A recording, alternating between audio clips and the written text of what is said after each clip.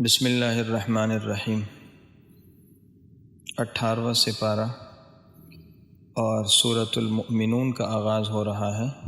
مومنین کی صفات اس سورت کے شروع میں بیان کی گئی ہیں۔ 7 صفتیں جس مومن میں ہوں گی تو اللہ اعلان کر رہے ہیں کہ ان کو جنت الفردوس ملے گی۔ پہلی صفت یہ ہے کہ نماز کے اندر خشوع ہو۔ یاد رکھیے نماز کا انسان کا جس طرح ایک ظاہری جسم ہے اور اس کی روح ہے، نماز کی بھی ایک ظاہری شکل ہے، اس کے جو بھی اعمال ہیں، ارکان ہیں، اور ایک اس کی روح ہے، وہ خشوع ہے۔ تو نماز میں عاجزی اور انکساری کے ساتھ کھڑے ہوں، دائیں بائیں توجہ نہ ہو، اپنے ہاتھ کو سنبھال کر رکھیں۔ دوسری بات، فضول کاموں اور فضول باتوں سے اپنے آپ کو محفوظ رکھنا۔ تیسری بات، اپنے آپ کو برے اعمال اور اخلاق سے پاک رکھنا، جسے تزکیہ کہتے ہیں۔ نمبر 4، عفت اور پاک دامنی، اپنی شرمگاہوں کی حفاظت رکھنا، بدکاری نہ کرنا۔ نمبر 5، امانتوں کا خیال کرنا، امانت میں خیانت نہ کی جائے، امانت دوسرے کی ادا کر دی جائے۔ نمبر 6، وعدہ جو کیا جائے اس کو پورا کیا جائے۔ اور نمبر 7، نمازوں کو پابندی کے ساتھ ادا کیا جائے۔ آگے حضرت نوح علیہ السلام کا قصہ بیان کیا گیا، اس کے بعد حضرت عیسیٰ علیہ السلام کا تذکرہ ہے۔ ان کے بارے میں ایک بات فرمائی کہ ہم نے مریم کے بیٹے یعنی حضرت عیسیٰ علیہ السلام اور ان کی والدہ حضرت مریم کو اپنی قدرت کی نشانی بنایا اور انہیں ربوہ یعنی ایک ٹیلے میں پناہ دی۔ اس سے معاذ اللہ قادیانیوں کا خود ساختہ ربوہ نہیں جو پاکستان میں ہے، وہ مراد نہیں ہے، جس کا نام اب چناب نگر رکھ دیا گیا الحمدللہ، بلکہ اس کا مطلب یہ ہے کہ ایک بادشاہ تھا جو عیسیٰ علیہ السلام کا دشمن تھا، وہ انہیں قتل کرنا چاہتا تھا، تو اللہ تعالی نے حضرت عیسیٰ علیہ السلام کو ایک بلند جگہ پر، ٹیلے نما جگہ پر پناہ دی۔ اس کو ربوہ عربی زبان میں کہتے ہیں، اور یہ پرسکون تھی، صاف ستھرا بہتا ہوا پانی بھی تھا، یہ جگہ بیت المقدس کے قریب تھی۔ آگے اللہ تعالیٰ نے اپنے نیک بندوں کی چند نشانیاں بیان فرمائی کہ جو ہر وقت اللہ کے خوف سے اور ڈر سے لرزا اور ترسا رہتے ہیں۔ دوسری بات، اللہ پر ایمان رکھتے ہیں۔ تیسری بات، شرک نہیں کرتے۔ چوتھی بات یہ کہ نیک عمل کرنے کے بعد بھی ڈرتے رہتے ہیں، ان کو خوف ہے کہ کہیں ہمارے یہ نیک عمل ضائع نہ ہو جائے، اللہ کی شان کے لائق تو ہوا نہیں، کمزوریوں پر نگاہ ہوتی ہے۔ اور پانچویں بات یہ کہ نیکی کے اور خیر کے کاموں میں ایک دوسرے سے آگے بڑھنے کی کوشش کرتے ہیں۔ پھر اللہ اپنی نعمتوں کا ذکر کرتے ہیں۔ یہ اعضاء، ناک، کان، دل انسان کو اللہ نے دیے، مگر اللہ کہتے ہیں قلیلا ما تشکرون، تم شکر بہت کم کرتے ہو۔ ہونا یہ چاہیے تھا کہ ان نعمتوں کا ہم صحیح استعمال کرتے، ان کو گناہوں میں استعمال نہ کرتے، اور اس کے بعد اپنی قدرت سے متعلق بندوں سے سوالات کرتے ہیں، اور اقرار کرایا گیا کہ آسمان و زمین اور تمام چیزوں کے خالق اور مدبر صرف اور صرف اللہ ہیں۔ پھر یہ بات ذکر کی گئی کہ جب کافر کو موت کے آثار اور آخرت کی منزلیں نظر آتی ہیں تو اس وقت وہ تمنا کرتا ہے، اللہ سے فریاد کرتا ہے کہ مجھے دنیا میں واپس بھیج دیں تاکہ میں ایمان اور نیکی والی زندگی اختیار کروں۔ اللہ کہیں گے نہیں، اب موقع نہیں ہے، اور فرمائے کہ یہ ایک بات ہے جسے وہ منہ سے کہہ رہا ہے، یعنی یہ صرف کہنے کی بات ہے، اگر دنیا میں اس کو واپس بھیج دیا گیا تو بھی اچھے عمل نہیں کرے گا۔ اس سے معلوم ہوا کہ جب آدمی کی فطرت اور طبیعت بگڑ جائے تو پھر خیر کی توقع اس سے بہت مشکل ہے۔ پھر دوزخ میں بھی جب ان دوزخیوں کے چہرے جھلس جائیں گے، کالے ہو جائیں گے اور جل چکے ہوں گے، اللہ سے فریاد کریں گے، اے اللہ ہمیں ایک موقع دے دیں، نکال دیں، اگر دوبارہ کیا تو ہم واقعی ظالم ہوں گے۔ اللہ کہنی کم بختو یہیں پر رہو اور ذلیل ہو کر رہو، اب تم سے بات بھی نہیں کی جائے گی۔ پھر یہ اہل جہنم کوئی بات نہیں کر سکیں گے۔ پھر اللہ فرماتے ہیں کیا تم یہ سمجھتے تھے کہ ہم نے تمہیں بیکار پیدا کیا؟ افحسبتم انما خلقناکم عبثا، بے مقصد پیدا ہوئے اور کبھی ہمارے پاس لوٹ کر نہیں آؤ گے؟ یاد رکھیے اللہ نے ہر انسان کو ایک اونچے مقصد کے لیے بنایا۔ مال کمانا، یہ دنیا کی ریل پیل، یہ مال و متاع، دنیاوی چیزیں، یہ زندگی کا کوئی مقصد نہیں ہے۔ یہ عالم عیش و عشرت کا، یہ دنیا کیف و مستی کی بلند اپنا تخیل کر، یہ سب باتیں ہیں پستی کی۔ اللہ نے انسان کو دنیا میں دین قائم کرنے کے لیے اور عمل کرنے کے لیے بھیجا، اور آخرت کے بلند درجے حاصل اور اپنی رضا کو پانے کے لیے بھیجا ہے۔ اس کے بعد سورہ نور شروع ہو رہی ہے۔ اس صورت میں دینی، اخلاقی، معاشرتی احکامات بیان کیے گئے، بے حیائی اور برائی کو روکنے اور عفت اور عصمت کو عام کرنے کی ہدایات دی گئی ہیں۔ سب سے پہلے زنا کی سزا بیان کی گئی کہ جو غیر شادی شدہ مرد یا عورت آپس میں بدکاری کریں تو 100 کوڑے مارے جائیں گے۔ یاد رکھیے، یہاں شادی شدہ مرد اور شادی شدہ عورت کی سزا کا ذکر نہیں ہے۔ حدیث پاک سے معلوم ہوتا ہے کہ ان کو سنسار کیا جائے گا، پتھر مار کر ختم کر دیا جائے۔ اور زنا ثابت ہونے کا ایک طریقہ یہ ہے کہ بدکار مرد یا عورت خود اعتراف کر لے، یا پھر 4 آدمی گواہ دیں اس بات کی کہ ہم نے ان کو برا فعل کرتا ہوا دیکھا۔ اور قرآن کہہ رہا ہے جب جرم ثابت ہو جائے تو پھر سزا میں ڈنڈی نہ ماری جائے۔ کہا اگر تمہارا اللہ پر ایمان ہے تو دیکھو اللہ کے دین کے معاملے میں نرمی اختیار نہ کرنا، اور وَلْيَشْهَدْ عَذَابَهُمَا طَائِفَةٌ مِّنَ الْمُؤْمِنِينَ، سزا کھلے عام دو تاکہ سب دیکھیں اور عبرت ہو، رونگٹے کھڑے ہوں۔ قرآن کی ان ہدایات پر عمل کیا جائے تو جرائم کا بہت آسانی سے سد باب ہو سکتا ہے اور معاشرے سے جرائم ختم ہو سکتے ہیں۔ معلوم ہوا معاشرے میں برائیوں کے روک تھام کا طریقہ یہی ہے کہ شرعی سزاؤں کو شرعی اصول کے مطابق نافذ کیا جائے۔ اس کے بعد پھر یہ بات ذکر کی گئی کہ اگر کسی پاک دامن عورت پر زنا کی تہمت لگائی جائے، پھر اس کے بعد یہ بات ذکر کی گئی کہ کسی پاک دامن عورت پہ زنا کی تہمت لگائی جائے تو قرآن کہتا ہے کہ 80 کوڑے لگائے جائیں گے اس شخص کو جس نے الزام لگایا اور گواہ پیش نہیں کیے۔ اس کو حد قذف کہتے ہیں۔ اس لیے کسی مسلمان پر تہمت لگانا بہت بری بات ہے۔ اور حنفی مسلک میں ایسے آدمی کی گواہی کبھی بھی قبول نہیں ہوگی۔ اگر یہ شخص توبہ کر لے، آخرت میں تو سزا نہیں ملے گی اس کو، لیکن دنیا کی سزا پھر بھی باقی ہے، کوڑے لگیں گے، آئندہ گواہی قبول نہیں ہوگی۔ اس کے بعد قرآن نے لعان کا ذکر کیا۔ اگر شوہر بیوی پر الزام لگا دے بدکاری کی، گواہ نہیں ہے، تو 5 قسمیں کھائیں گے دونوں، غضب کے، ایک غضب اور ایک لعنت کے الفاظ سے 5 قسمیں کھائیں گے۔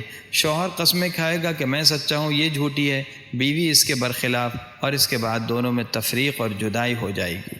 ام المؤمنین حضرت عائشہ رضی اللہ عنہ کے پاک دامنی کا آگے اعلان ہے۔ ہجرت کے 6 سال ایک غزوہ ہوا جس کو غزوہ بنی مصطلق کہتے ہیں۔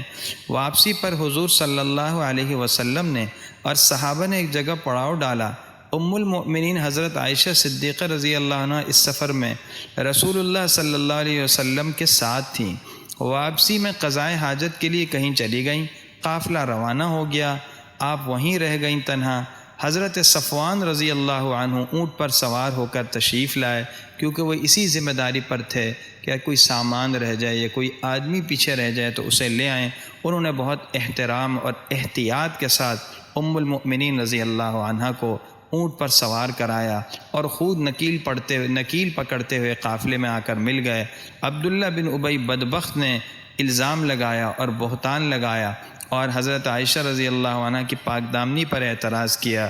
اللہ نے اپنے نبی کی لاڈلی بیوی کے برات کا اعلان آسمانوں پر سے یہ آیتیں اتار کر فرما دیا۔ حضرت عائشہ رضی اللہ عنہ خود فرماتی ہیں، بخاری شریف میں ہے، میں تو سمجھتی تھی کہ زیادہ سے زیادہ حضور کو کوئی خواب نظر آ جائے گا، مجھے یہ توقع نہیں تھی کہ اللہ میرے بارے میں وحی اتاریں گے جو قیامت تک پڑھی جائے گی۔ ایسا ہی ہوا اور قرآن نے کہہ دیا ھذا بہتان عظیم، یہ بہت بڑا بہتان ہے، اور کہا جب اس طرح کی بات ہو تو پھر بدگمانی نہیں کرنی چاہیے تھی اور ان باتوں کا پرچار نہیں کرنا چاہیے تھا۔ اس میں ہمارے لیے پیغام ہے کہ بسا اوقات معاشرے میں یا ماحول میں بے تکی باتیں، کسی کے متعلق بے بنیاد باتیں پھیل جاتی ہیں، ہمیں اس میں مرچ مسالے لگا کر اس کو بڑھانا نہیں چاہیے، بلکہ ایسے خبروں کی حوصلہ شکنی کرنی چاہیے۔ کسی مسلمان کے بارے میں کسی بری بات کی جب تک 100% تصدیق نہ ہو جائے، اس کو پھیلانے کی اور اس کو آگے پہنچانے کی ہرگز اجازت نہیں ہے۔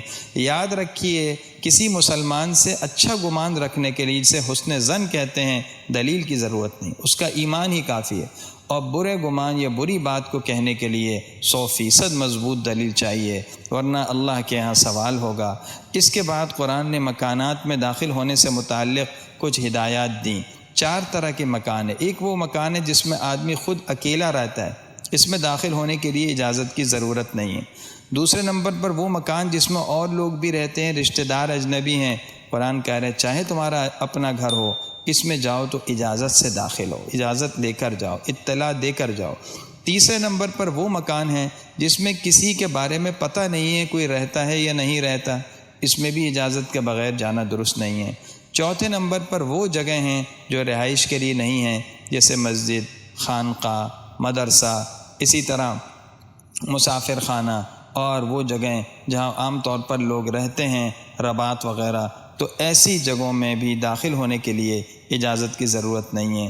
پھر حکم دیا قُل لِّلْمُؤْمِنِينَ يَغُضُّوا مِنْ أَبْصَارِهِمْ وَيَحْفَظُوا فُرُوجَهُمْ، نبی آپ مومنین کو کہہ دیں نگاہیں جھکا کے رکھا کریں، شرمگاہوں کی حفاظت کریں۔ وَقُل لِّلْمُؤْمِنَاتِ يَغْضُضْنَ مِنْ أَبْصَارِهِمْ، یہ حکم خواتین کو بھی ہیں۔ حقیقت یہ ہے اگر شریعت کے اس حکم پر عمل ہو جائے تو بدنظری سے بھی انسان محفوظ ہوگا، معاشرے میں عفت اور پاک دامنی آئے گی۔ نامحرم مرد کا عورت کو دیکھنا اور نامحرم عورت کا مرد کو دیکھنا یہ حرام ہے، اجازت نہیں ہے۔ حدیث پاک میں اس پر سخت وعید ہے۔ آنکھوں میں سیسا قیامت میں ڈالے جائے گا، اور نگاہ کے بارے میں فرمایا یہ شیطان کے تیروں میں سے ایک تیر ہے، اس کے ذریعے سے دل میں یہ برے اثرات ڈالتا ہے، برائی کے جذبات ڈالتا ہے۔ جب نگاہیں آپس میں ملتی ہیں، یہ نامحرم پر آدمی نگاہ ڈالتا ہے، پھر برائی کے جذبات ہوتے ہیں، اس لیے ہمیں احتیاط کرنی چاہیے، اور اپنی نگاہوں کو چاہے انٹرنیٹ پر یا بازار میں کسی بھی نامحرم پر ڈالنے سے احتیاط کی جائے، اسی میں عافیت ہے۔ حدیث میں آتا ہے کہ جو نامحرم پر نگاہ نہ ڈالے اور اپنی نگاہوں کو قابو میں رکھے، مرد ہو یا عورت، اللہ اس کو ایسی حلاوت عبادت کی عطا کریں گے کہ اس کے اثرات یہ محسوس کرے گا۔ پھر اللہ اپنے نور ہدایت کی مثال بیان فرماتے ہیں۔ اللہ نور ہیں یعنی منور ہیں، روشن کرنے والے ہیں آسمانوں کو اور زمینوں کو، اور نور ہدایت کی مثال دی جیسے ایک طاقچہ ہو، اس طاقچے میں چراغ میں چراغ ایک قندیل کے اندر ہے، اور چراغ کو جس تیل سے جلایا جا رہا ہے وہ زیتون کا صاف تیل، جس پر پورے دن سورج کی روشنی پڑ رہی ہے۔ اب تیل اس کا بہت صاف عمدہ ہوگا۔ اس سے مراد گویا مومن کا دل ہے۔ مومن کے دل میں طبعی طور پر ایمان کے قبول کرنے کی صلاحیت ہوتی ہے۔ پھر جب اللہ کی وحی آتی ہے، ایمان کا نور آتا ہے، تو بہت جلد عمل کی توفیق مل جاتی ہے۔ آگے کافروں کے اعمال کی مثال دی گئی۔ صحرا میں، ریگستان میں آدمی جب سفر کرتا ہے تو دور سے اسے ریت کی چمک ایسے لگتی ہے جیسے پانی ہو، جب وہ پہنچتا ہے تو نظر آتا ہے یہ تو سراب ہے، یعنی چمکتی ہوئی ریت تھی، دھوکہ کھا گیا۔ اسی طرح جن کافروں نے نیک اعمال کیے، آخرت میں ان کو صاف پتہ چل جائے گا یہ عمل قبول نہیں، ضائع ہو گئے، اس لیے کہ ایمان نہیں ہے۔ معلوم ہوا لوگ کتنے ہی خدمت خلق کا کام کریں اور خوش اخلاقی سے رہیں، ایمان ہے تو اس کا فائدہ ہے، ورنہ فائدہ نہیں ہے۔ جو کفار آخرت پر ایمان نہیں رکھتے، ان کی دوسری مثال بیان کی کہ جیسے بہت گہرا سمندر ہو، اس میں اندھیرے ہوں، پھر ایک موج پانی کی، اس کے اوپر ایک موج اور، پھر اس کے اوپر بادل، اتنا اندھیرا ہو تو آدمی کو اپنا ہاتھ بھی نظر نہیں آتا۔ یہی حال ان کافروں کا ہے، ان کے سامنے راستہ واضح نہیں ہے، یہ ہلاک اور برباد ہو جائیں گے۔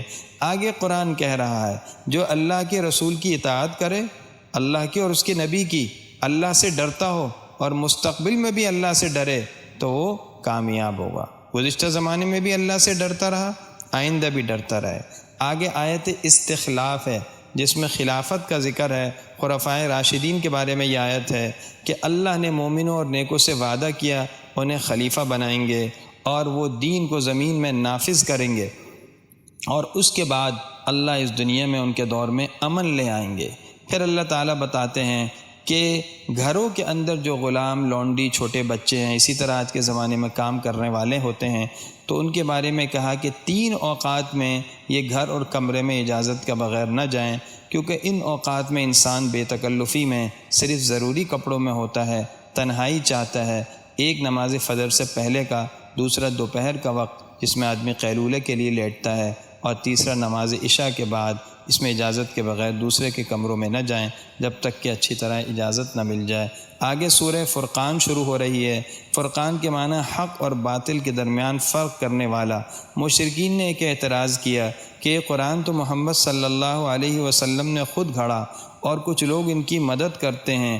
اللہ نے کہا یہ جھوٹ ہے، حقیقت یہ ہے کہ یہ اللہ کی طرف سے وحی ہے یہ قرآن۔ ایک اعتراض تھا، یہ نبی تو کھاتے پیتے بازاروں میں پھرتے ہیں، یہ کیسے نبی ہیں؟ ہماری طرح کے انسان ہیں، فرشتے کیوں نہیں آئے؟ عجیب بات ہے۔ ارے بھائی، اگر یہ فرشتے ہوتے، یہ ان کے ساتھ فرشتہ آتا تو انہیں پھر اعتراض ہو جاتا کہ جی جو فرشتہ آیا ہے اس کے فرشتے ہونے پر کیا دلیل ہے؟ نبی اگر فرشتہ ہو جاتے تو کہتے ان کی بات سمجھ میں نہیں آتی۔ تو حقیقت یہ ہے کہ یہ صرف اعتراضات تھے، اس کا مقصد ماننا تھا ہی نہیں۔ اللہ کہتے ہیں پچھلے جتنے نبی آئے وہ بھی کھاتے تھے، بازاروں میں چلتے پھرتے تھے۔ نبی انسانوں ہی میں بھیجے گئے تاکہ انسان کی بات سمجھ سکے، اور اللہ نے یہ بھی بتا دیا کہ یہ نبی عاجز بندے ہیں، ان کے پاس خدائی اختیارات نہیں ہیں۔ اس کے بعد دوزخ کا ذکر فرمایا۔ دوزخ دھاڑے گی گناہ گاروں کو دیکھ کر، اور ایسا لگے گا کہ غصے سے وہ پھٹ جائے، اور اس کے بعد ان کو اوندھے منہ رسیوں میں باندھ کر دوزخ کے اندر ڈال دیا جائے گا۔ قرآن کہتا ہے یہ بہتر ہے، یہ وہ جنت کے باغات جس میں جنتی ہمیشہ رہیں گے۔ یقیناً جنتیوں کے لیے جو جنتیوں کی نعمتیں ہیں وہی بہتر ہیں۔ اللہ ہم سب کو عمل کی توفیق عطا فرمائے۔ وآخر دعوانا الحمد للہ رب العالمین۔